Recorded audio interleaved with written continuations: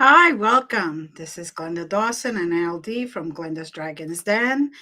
We are live on the Conscious Awakening Network on Roku TV, Apple TV, Amazon Fire TV, on YouTube, on Facebook, and so many other social medias and streaming platforms. Today we have a very special guest who has graciously accepted our invitation. He is the state director of the Michigan chapter of the Mutual UFO Network, or MUFON, since 2004. Welcome, Bill. How are you today? Thanks for having me on. I feel great. Thank you for being had. He started already. So tell us a little bit about yourself. Well, I live in Clawson, Michigan, which is a suburb of northern Detroit. I've lived in the southeastern Detroit area my whole life. I had a fairly normal childhood, except for the UFO stuff. And then when I was in my early 20s, back in the 1990s, I discovered the Mutual UFO Network 30 years ago now. And so I've been a member of MUFON for 30 years and state director for Michigan for the last 19. And yeah, it's never a dull moment in the UFO field.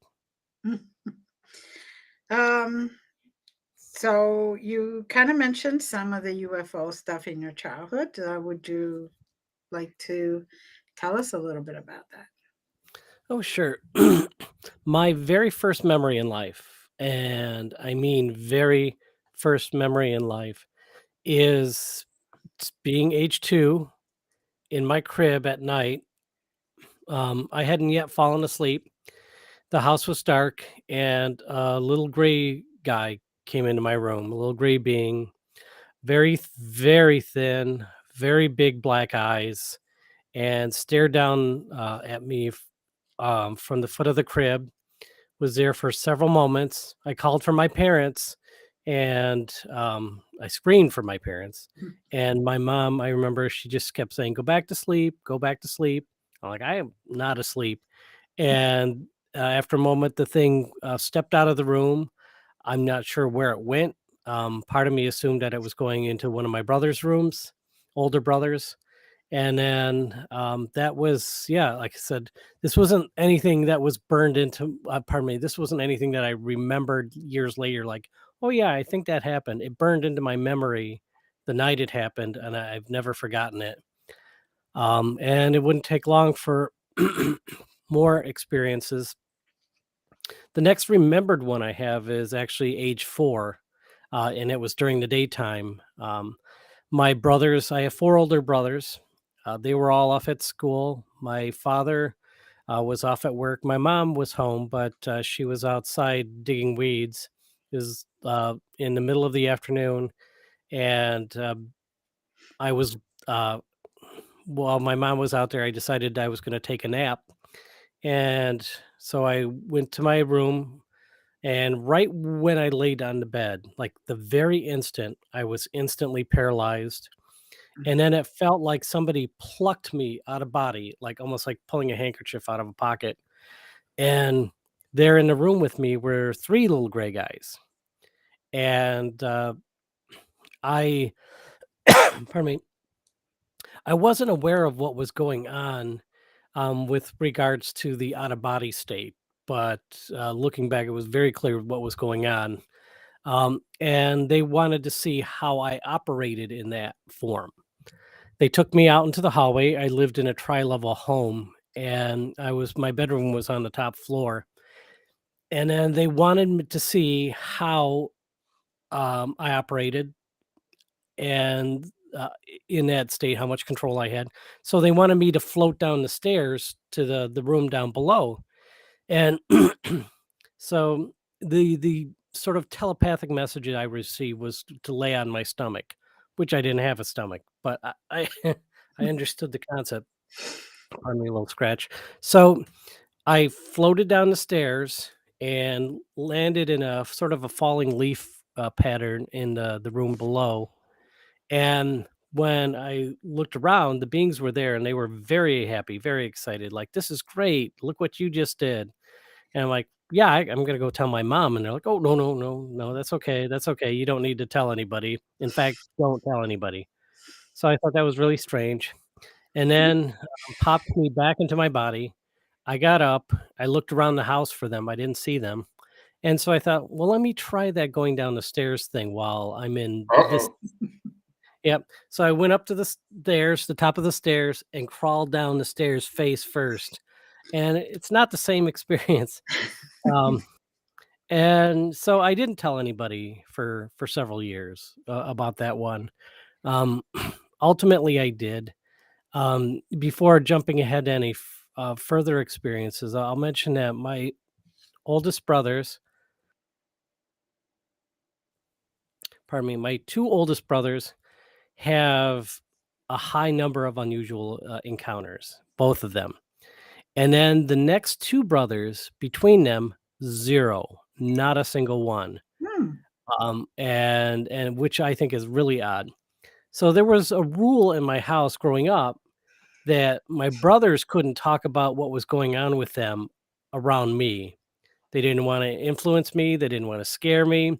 But should I come to them with what had happened to me, they could listen sympathetically and say, "Oh, okay, okay," and not treat me like I was crazy. So when I had my next experience, it was at age 7, the next remembered one, and I still have a scar on my arm from that experience. Hmm. I was laying in bed, and this black sort of void appeared over the top of my bed. Just opened up this circle, and this metallic rope thing sort of dropped down out of the ceiling, started whipping around erratically, giving off this sort of electric charge. And I felt my body vibrating. I was being charged up, I felt. And then I found myself in a very small room in some kind of structure. I assume flying saucer, but that's an assumption. And there were two gray guys in there with me, and the room had like like a black light effect. And I felt that, because I believe they were conveying to me Mhm. that they needed to sort of cleanse me, or I needed to get in frequency, some sort of thing. They needed to uh, acclimate me to the next room where I would be headed. And so after a little bit, they let me into the next room. And these two grays were met by a third gray. And in the middle of the room was what appeared to be a bed. And I'm like, oh, they're going to want me to lay on the bed. But then instead of asking me to do that, they left the room. They took a door off to the left. And I thought, well, if you guys are going to the left, I'm going to go to the right. And so I went to a door on the right of the room, and then I found myself in a long, winding hallway. And so I just kept walking, and there were doors to my left. And I kept going until there was a door in front of me, and the door slid open, and there was some sort of what looked like a machine contraption inside, almost kind of reminded me of a furnace, almost like they would Mm, have a furnace on their UFO. But so I turned around and discovered that they had been following me this whole time. mm, They were kind of nonplussed. They were like, "Oh, let's see where he goes. See what happens." And then they ushered me into a room. Now that I was facing it the other direction, it was now on my right. And the 3 foot tall beings that escorted me in there brought me to a 5 foot tall being who looked essentially identical to them, but just a couple feet taller. And this being that was taller seemed to have a greater um, understanding of people. mhm, Kind of hard to say. Um, Even though the shorter grays were nice enough, I got this feeling that they weren't completely on the same level as us. Like there was something amiss. But the 5 foot one was able to communicate telepathically, mhm, but effectively. And I'm like, okay, good. Somebody I can sort of communicate with. And so he wanted me to sit in this chair, looked like a dentist chair, and I knew that I really didn't have much choice in the matter, and I sat in it. And as I sat in it, I felt magnetically attached to it, like I Hmm. was stuck to it. There were no harnesses. I just could not move from this chair. And then the being got close to my face and said, "Be really good, and you'll get to see the color blue." And I'm like, "Color blue?" Kids usually get suckers, right? Or stickers. Yeah, you get to see the color blue. I'm like, "Okay, these don't know kids very well." So, and then right at that moment, I felt a really sharp pain in my right arm, and I look over and there's a slice there across my arm. And I look down and I see it healing as I watch. It's healing up, it's scarring up immediately right when I look at it. And so I look back at the being as if to say, "What the heck did you just do?" And his face is right in mine, and its big black eyes suddenly, like a light is switched, turn a bright cerulean blue, and boom. And it was tranquilizing, it was mesmerizing. I was in this like beautiful stupor from these beautiful eyes that were just sending these waves of relaxation and whatever and numbness. And then I woke up the next morning, and first thing, of course, I look over and there's now a scar on my arm that wasn't there before. And later on that day in the afternoon, I'm in my backyard playing with my friend across the street. I'm 7 at the time, he's 6, and we're just basically climbing trees in my backyard. When this mist rolls into the backyard, it's kind of like smoke machine fog. It's not smoke, because at first I thought, "Oh my gosh, somebody's barbecue is out of control or whatever," but it was a very fine, very cool mist, and in that mist was a little gray guy. Pardon me so much. So and the being says to me telepathically, "Are you okay?" And I said, "Yeah, I'm fine." And then it seemed satisfied, and it continued walking with the cloud, big cloud around it. The being and the cloud rolled into the next door neighbor's yard, into the yard after that, and kept going. And my friend didn't see the little gray guy in the smoke, the fog, but to this day, he remembers when we were back there and the fog came through. He very Hmm. clearly remembers the fog, but he just didn't see the little guy inside of it. And then, my teen years, I had many, many experiences. In my 20s, a great deal of experiences. They seem to taper off for the most part after that, though not completely. Um, when I found MUFON in '93, I decided that I would look back with regression at some of the things that had happened to me before that. And I took really good notes, excuse me, and I put out my first book about my experiences, called Experiencer Raised in Two Worlds. And at the time, there were a lot of books out there. My first book about the subject was Communion. And w- up to that point, up until Communion, I really didn't know the context to put my experiences into. I Right. wasn't really sure how I could describe what was happening. And this book was just, to me, it was just like, yep, yep, yep, turning the page. Yep. I had something like that happen to me. And then after that, I started reading more material. And in some of the books, particularly Bud Hopkins, he had a way of including children into some of the released studies that he had in print, where he would talk about NTV and other places. He would talk about, this is what a child experiences when they have this type of phenomenon. And I thought, well, there isn't a book out at the time that I was aware. There have been other books since then that really talked about what it was like growing up as a child from a firsthand perspective. And so I thought it would be useful to collect my notes and put them into a book and talk about what it was like being raised in two worlds. And then in my early 20s, a whole different thing started to happen to me. Growing up to that point, when I was very young, they seemed to just want to interact with me, sort of bond with me. Mhm. In my Groom you? teens, Would you reflect on that as possibly grooming behavior? well, sure. When I was really little, they wanted to sort of, like I said, bond with me. It was like like they understood enough about what children are into, so that when they would come visit me later, I would be more amenable to them, because I know in this community, those experiencers whose first remembered experiences are from their teens or later, they never quite seem to be okay, completely okay.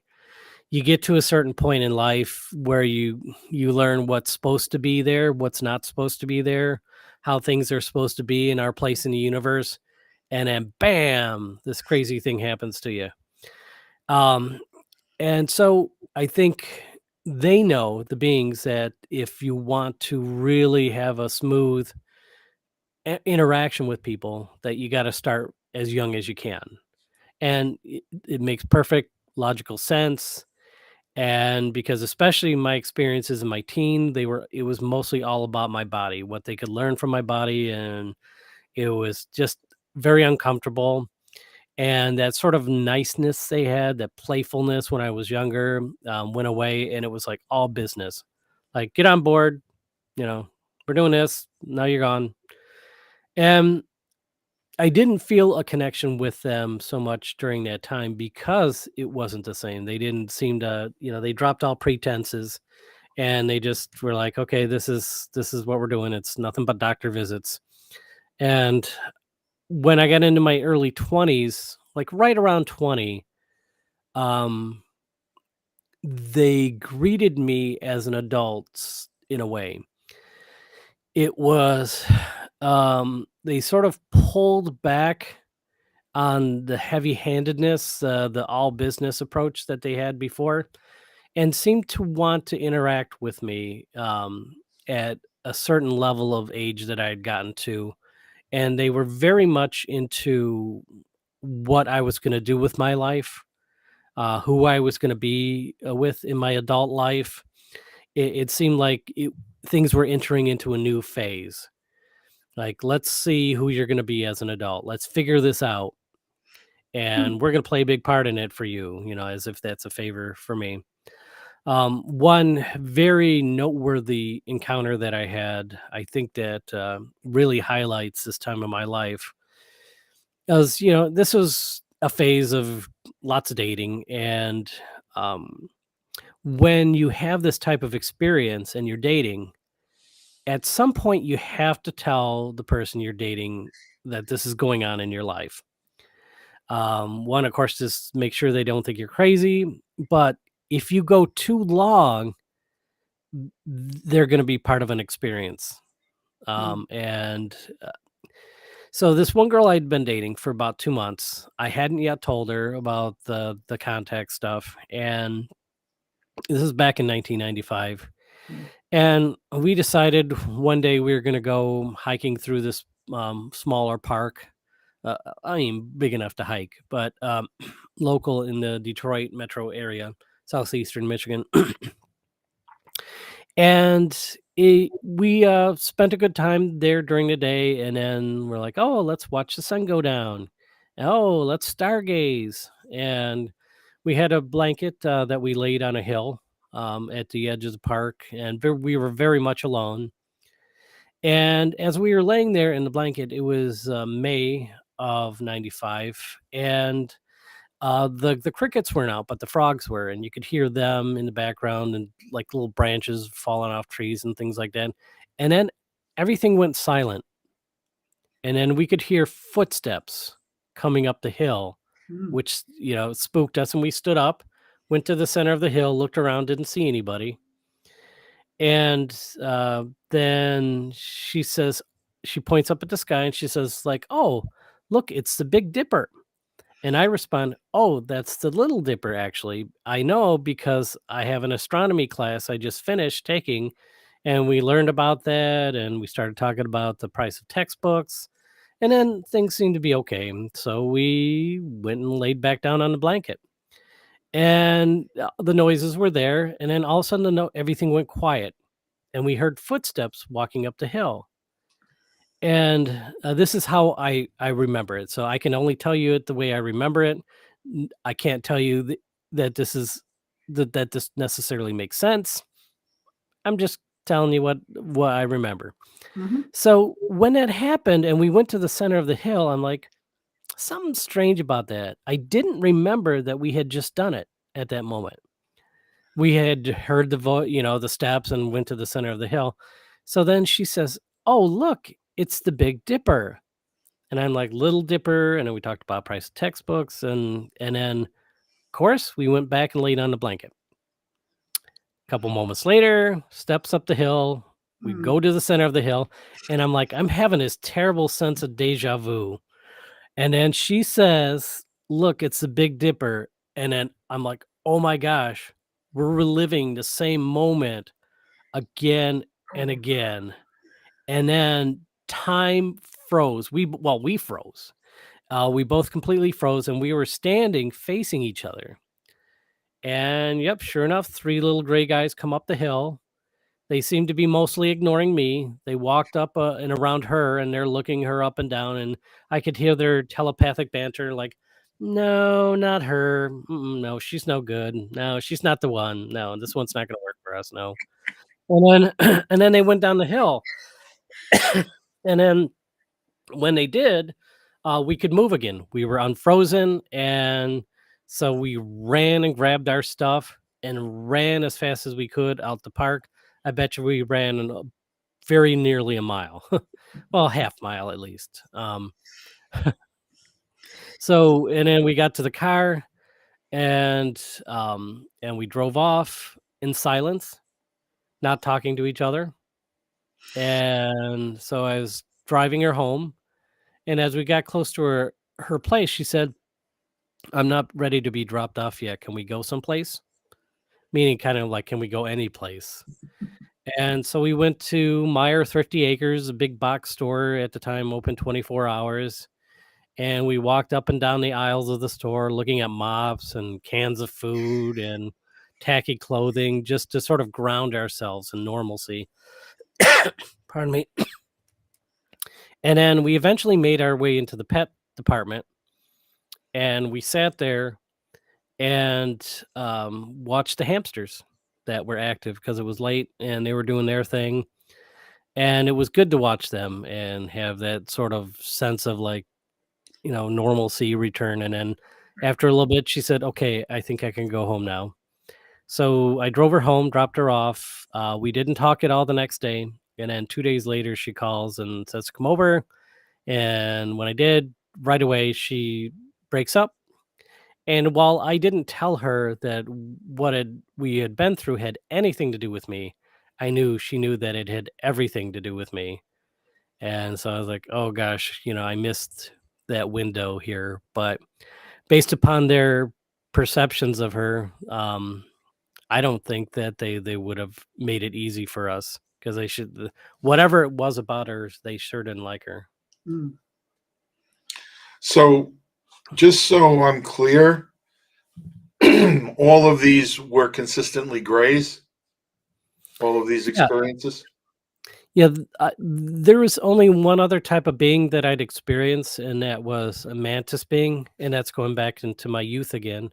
Um, One of the things when I was younger, I was always on guard against them. I would try to stay up as late as possible, try to stay with other people as much as I could, didn't want to be alone. And in my room, I set up an obstacle course. That's exactly what it was. I had a snare drum stick sort of wedged on the dresser that was by my door. So if a door tried to open, it could only open so far before it hit the stick. I would usually have a light on, either TV or a radio. Um, I had a fan blowing on me so that in case I closed my eyes and they tried to come to me, I could feel the break in the breeze and know that somebody was there. And I also had my floor littered with stuff, so that they would hopefully trip over it and not be able to get to me easily. I closed the shutter on the window and the curtains so that they couldn't recon the room, and know it was time to come in and get me. And when I could get the family dog in to stay the night, I would do that. And I don't think any of it had any effect whatsoever.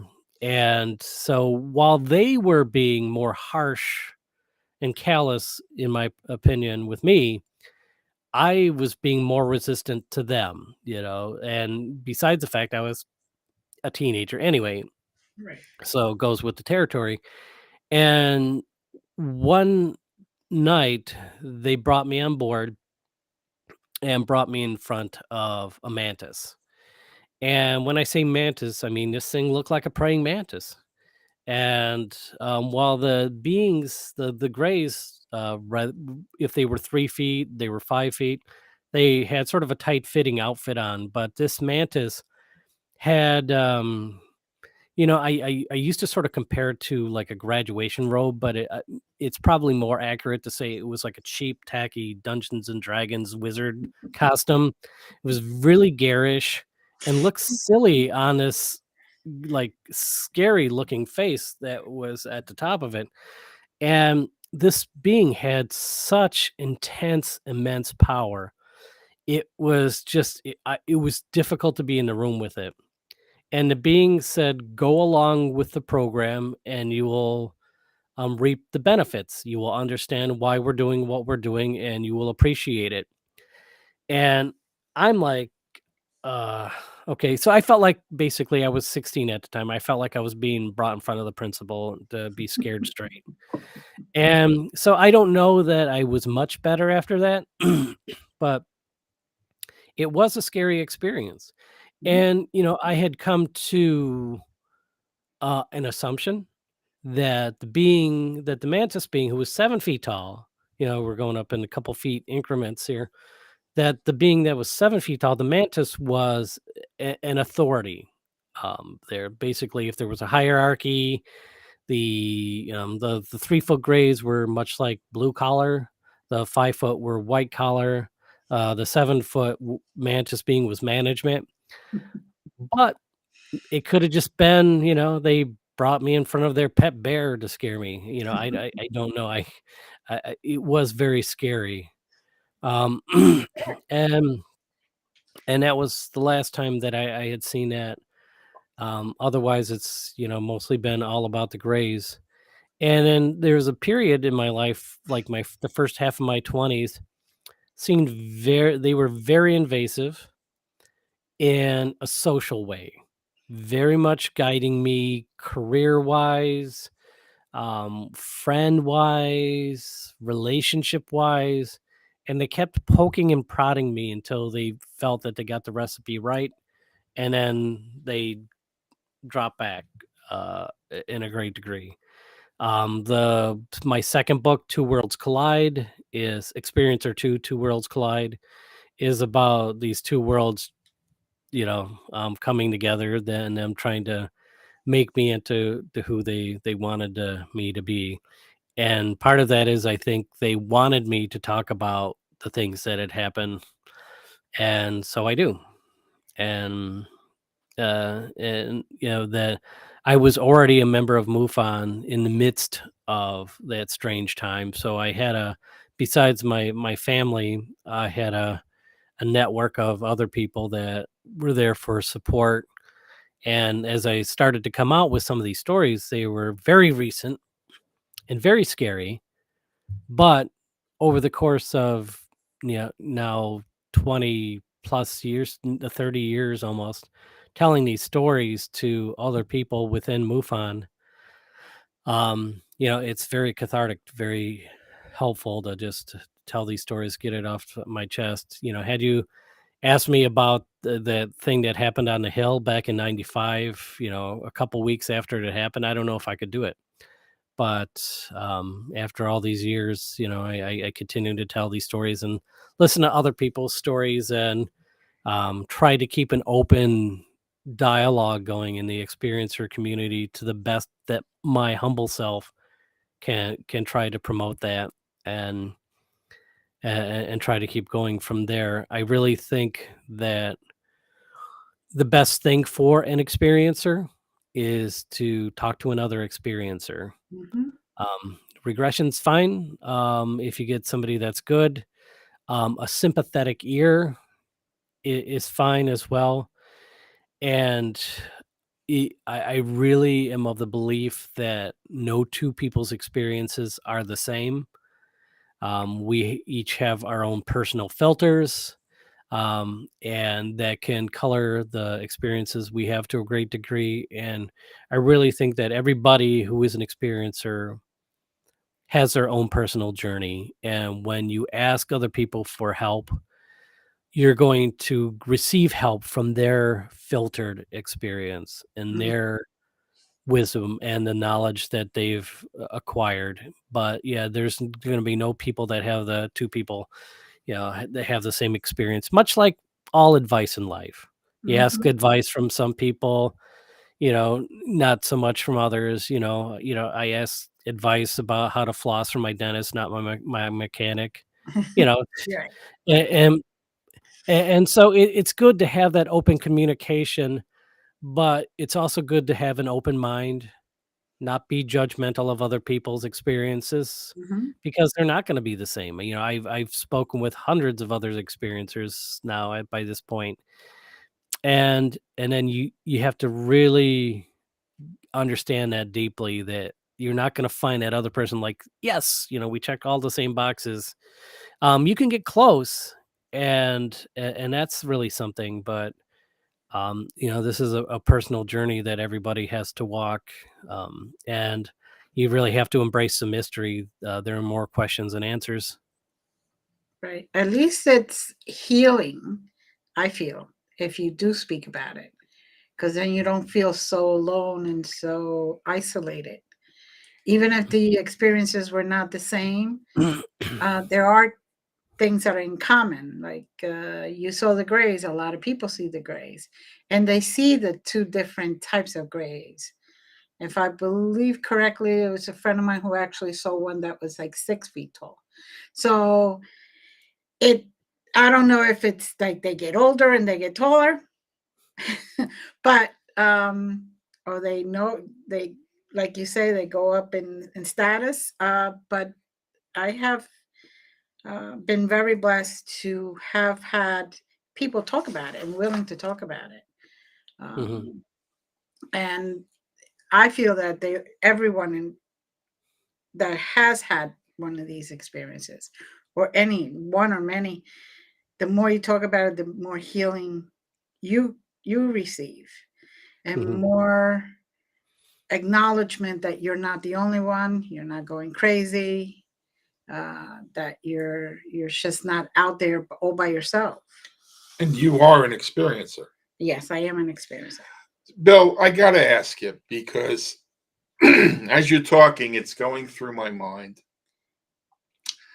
The time frame you're in, it seems to me there was a movie that came out called Starship Troopers. Hmm. Are you familiar with it? Yep. Read the book, saw the movie. Is it possible that you saw the movie or read the book before you had that experience with the mantis being? And could the gray have projected that image into you to get your attention?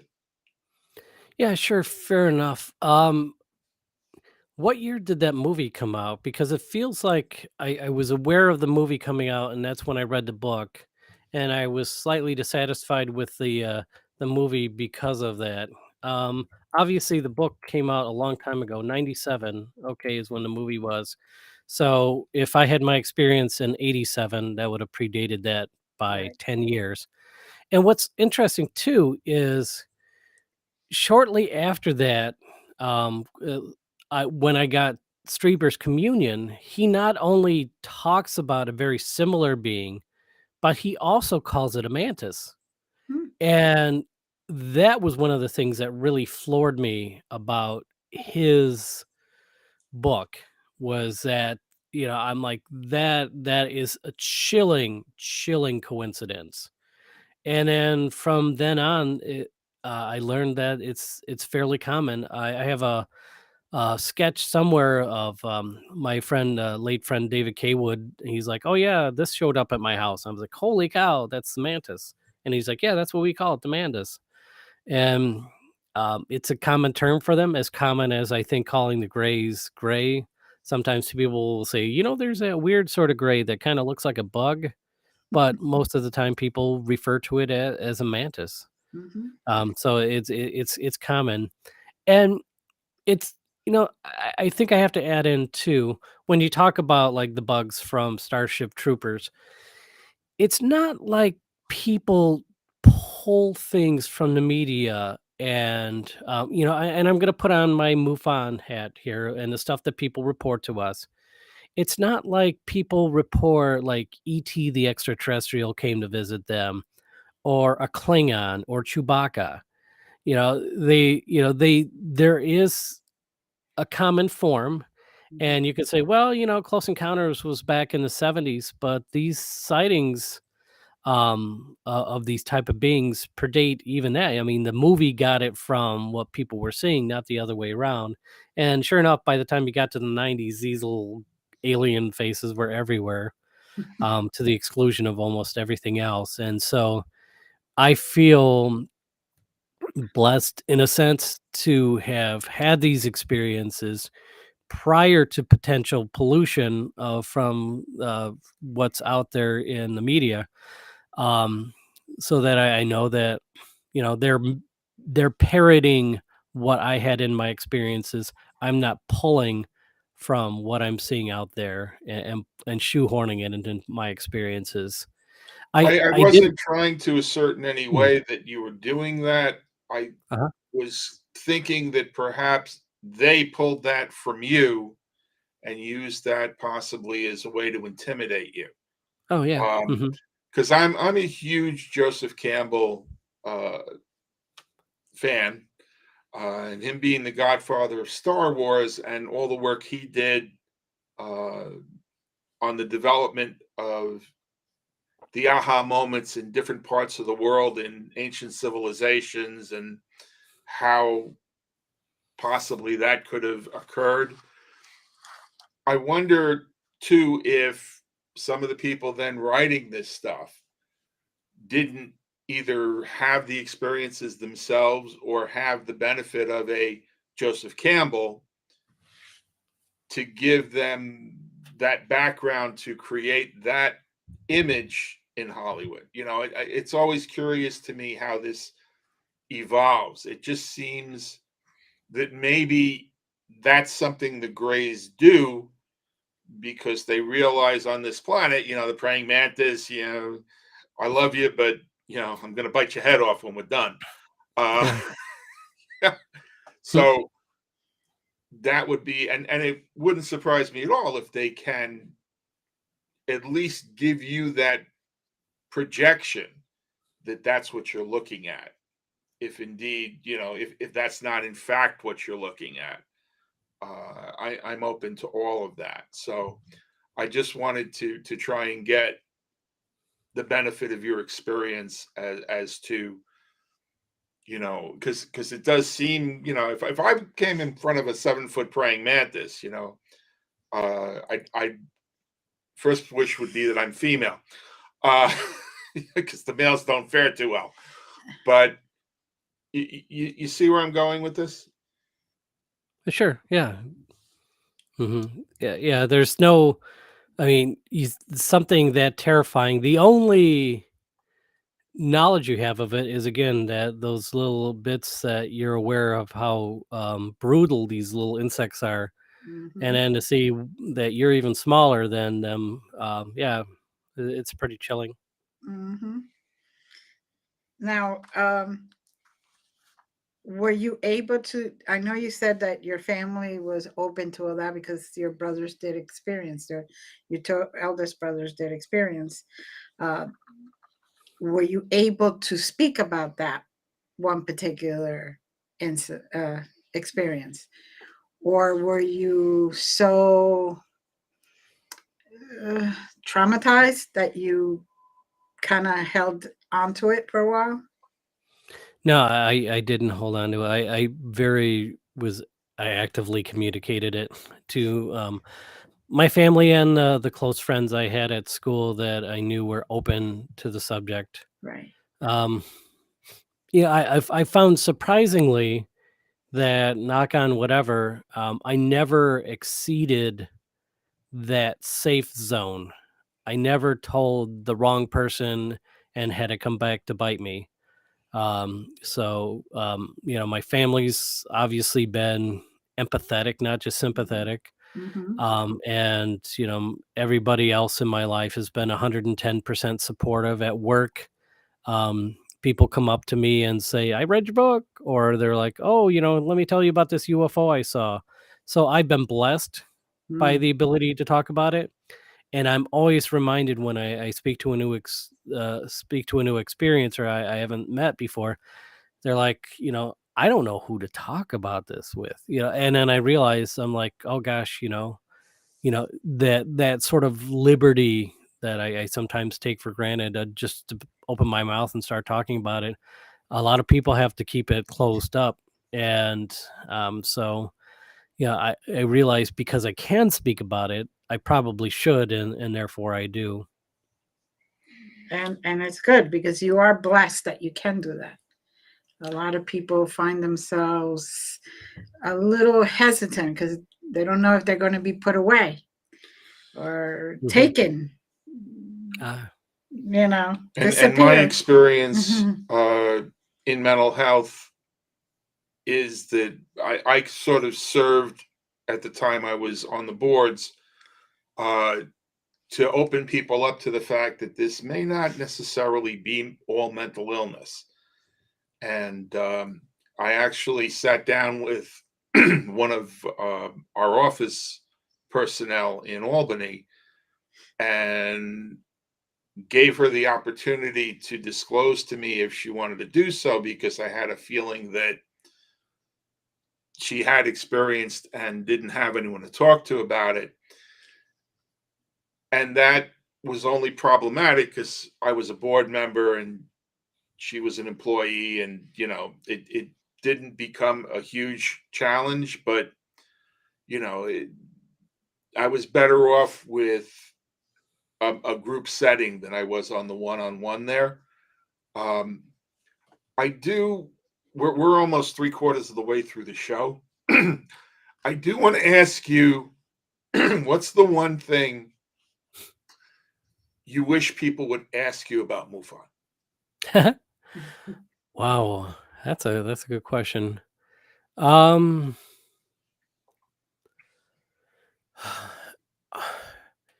and it's not a question obviously I'm asked very often, uh, um, but I would say when you join an organization or group, you want to. It'd be nice to know what you're getting into. A lot of people join MUFON, and after they come to a meeting, after the first meeting, a lot of times it's like, I had no idea. I had no idea it was this good. I had no idea that the people were this weird. I had no idea that that this would be an open opportunity for me to just share with like-minded people. I had no idea, whatever.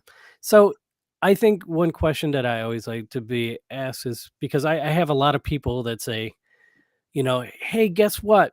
I joined the international organization. I bought the field investigator manual. I'm going to take the test. And, I'm like, okay, maybe you should have a moment to acquaint yourself with our culture. So I think the question, I guess, would be best phrased is like, what is the MUFON community like? And we're a very open-minded group. Um, People always have opinions. So you'll always hear MUFON is this, MUFON is that. MUFON is good, MUFON is bad, MUFON is whatever. And we're an all volunteer army. We're 5,000 plus members in over 40 countries, and we all bring ourselves with us. And There are within the organization some very nuts and bolts people that seem to be um, very constrictive in their views. There are some people that are so open-minded, you could tell them anything, and they're like, "Oh yeah, sounds good." And people who've had experiences at a very deep level, at a marginal level, people that know that they're just curious and are going to hang around for just a short while, and people are like, "I found my home." I mean, we're all sorts of things. So it's kind of a pet peeve of mine when people say, "Oh, MUFON is this," or like Mm. "MUFON is that." I'm like, "Yeah, I mean, we're a group of people, we're a group of 5,000 people. We're everything, Right. we're all kinds of people. And we have an interest in UFOs, and that interest in UFOs can vary. Some people are just interested in lights in the sky. Some people are just interested in contact experiences. And when you come in to this culture of MUFON, I really stress, when you come to that first meeting, you bring yourself into this culture, and your point of view is as valid as anybody else's. Mhm. And if you don't like something about MUFON, change it, work to change it, become involved. If you see improvements to be made, um, don't think, "Oh, that person should improve MUFON." I have these issues with MUFON. We don't meet enough. You need to meet more. You know, and to that, when I always say is like, "Oh, if you'd like to set up, personal meeting, you can. There's nothing stopping you. If you need any help setting that up." Really, it's just that, um, we're about as open-minded, eclectic group that does good work. I will say this about our investigative team: we get over 200 sightings a month, Mm. and we can identify, depending on pardon me, did I say month? We get 200 sightings a year. Mm. And depending on, the time frame, and the a number of investigators available, we can identify usually anywhere between 80 to 95% of what comes into us. And so we're not trying to promote um, an extraterrestrial hypothesis as an organization. Mhm. As the public face of the organization, we try to identify what that people see that they can't identify. And when I say 95% can't be identified, that means in a year where we get 200 sightings, we have 10 good sightings that we don't know what they are. And, you could do some armchair speculation from there, and people do, because people have different opinions. And that's where, a lot of the fun is trying to figure this out. When I talk about my personal experiences, I speak for myself. I don't speak on behalf of MUFON. The work I do for MUFON, I view essentially as charity work, because it's a way to help people who encounter this phenomena at all different levels, Right. not just the level that I've experienced it through my life. And I like to think that those of us in the organization who are witnesses to truly anomalous events, Mhm. are participants in contact, that we in fact represent the most critical group possible, because we know that something is going on. And so when somebody reports something to us, we're not like, "Well, this phenomena is impossible. This could never happen, so I'm just gonna dismiss it," because we know something's going on. But we're not, on the other side of that, we're not going to just openly accept everything because we've had some sort of phenomena in our life. We can say, "Yes, that feels authentic," having had experiences ourselves, and use the scientific tools that MUFON provides to bring it all together and see if we can figure out what people have seen, and if they are in a situation where they're in a bad spot emotionally.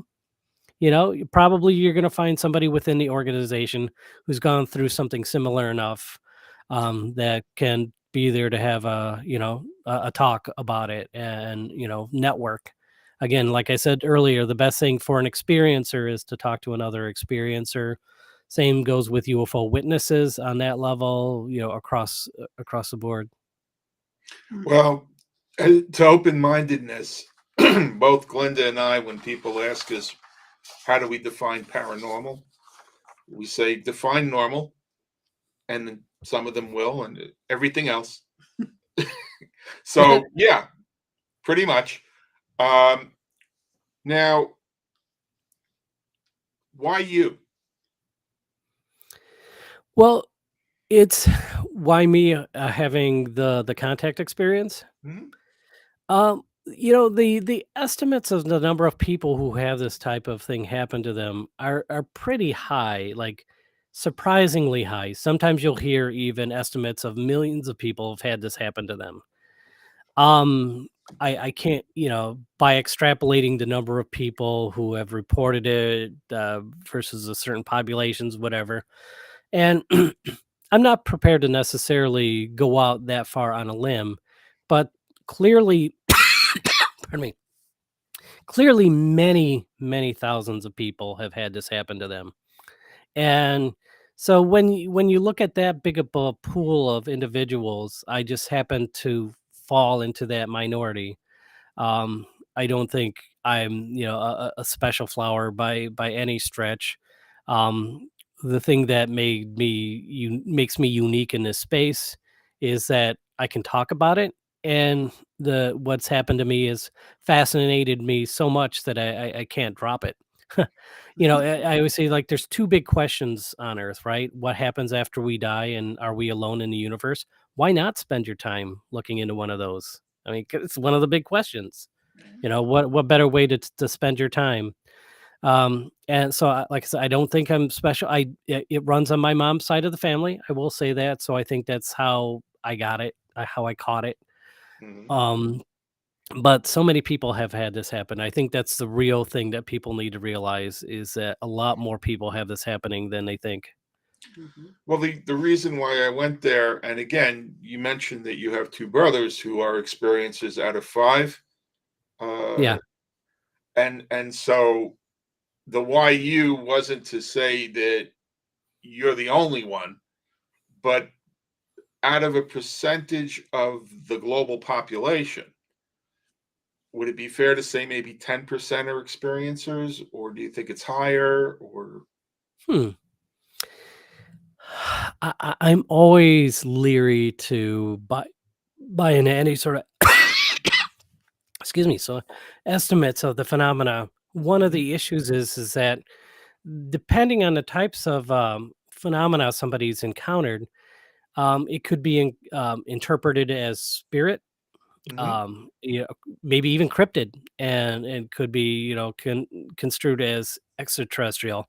It all depends on the person's understanding of the paranormal, Mhm. and there's a whole lot of things that could bump the numbers.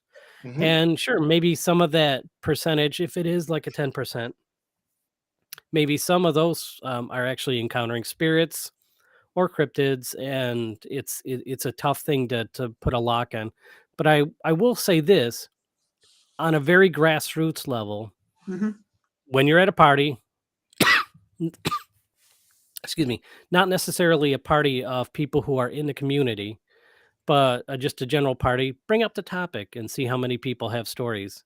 You'd be surprised, at any party, there's going to be somebody talking about it. And so I don't think 10% is unreasonable based upon my experience. When what I do comes up at parties and people start sharing their stories, yeah, I think it's a higher normal than people think. Mhm. yeah, I think those numbers are difficult to calculate. Like in mental health, it's supposedly 1 out of 3. I happen to feel it's much higher. Again, just being someone that people will come to at a party and speak with about it. So, I was running 10% as kind of a low ball, Hmm, but I was yeah. just curious if you had any thoughts on that. We are coming up on 5 minutes left, and you got a lot of stuff coming up to promote. Yes. Oh, You're going to sure. be with Tim Malley on the 4th. Is Tim going to be there? Oh, yeah, of course he is. Yep. Well, I And mean, I don't know that he makes all the events. mhm. I know he's been doing this for a while. So you want to mention a little bit about the photographs? Very good. Sure. The event is to benefit the Humane Society, and so it's a lot of great paranormal speakers. Also, a lot of you could get a psychic reading when you're there. All sorts of great things for a great cause.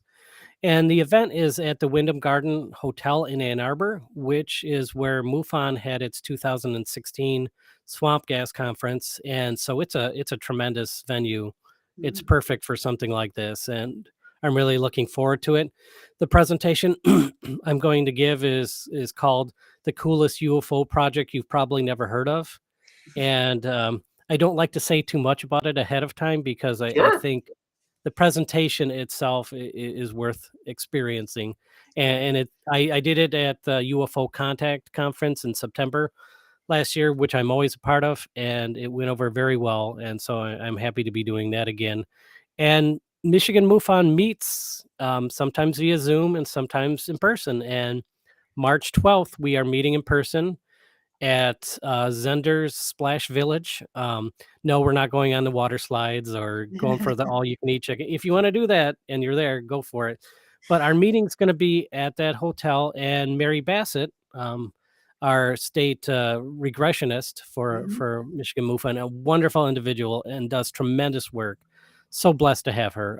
She's actually going to be doing a live regression for us as part of that meeting, and you can attend. You can attend in person. Just go to the website mimufon.org for more details on that. Those are the things I got coming up immediately. Now, at the autographs, will you be bringing books to sign? Yep, yep. I Okay. have, if you don't mind me, No, go Not ahead. at all. the books. so so I have my 2 books here, and I'll have other books for sale that'll make that you'll be able to see when you get there. And you'll Mhm. be signing them at request. Yes, absolutely. And I believe, will be seeing you in September. September. Yes. We're At going. UFO Contact. Yeah. Yeah. I understand that you're going to be speaking there. Oh, yes, yeah. I'll be at the Little Traverse Bay Parafest at the end of April, Mhm. and Chaos Con in June are another couple conferences that I'll be speaking at, and then the Michigan Paracon in August. Well, let's get your personal contact up there in case people have something they don't want to publicly disclose. And then we'll get your, they can also reach you through the MUFON uh, Yes. contact. Now, but we are going to that UFO contact, so we will actually get to face you, Yes. hopefully, and Yeah, it's pick an up a amazing couple of event. your signed books. Yes. Definitely. Please. Thank you. So I want to thank you for being so open with us. Is there anything else you want to mention before we run out of time? I always say if you see a UFO, please report it to MUFON. If you want to investigate UFOs, there's no better place to do it than MUFON. So, yep, go to MUFON.com to find out more and report your sighting. And I just Yeah. want to make it clear, MUFON is not a government organization. It is a totally independent, Volunteered. volunteer manned, open to disclosure, uh, friendly organization. Yes. Well, thank you again. It's been a pleasure, and I can't wait to meet face to face. Just want to let everyone know next week's guests are Tracy Todd and Susan Todd. Susan is a medium and a paranormal investigator, and Tracy is a paranormal investigator and founder of the Emerald Coast Paranormal Concepts Group. So in Florida. So thank you, everyone. God bless. And Bill, if you'd stay on for a moment after we Oh, sure. sign off the live, please. Have a great night, everyone. Thank you.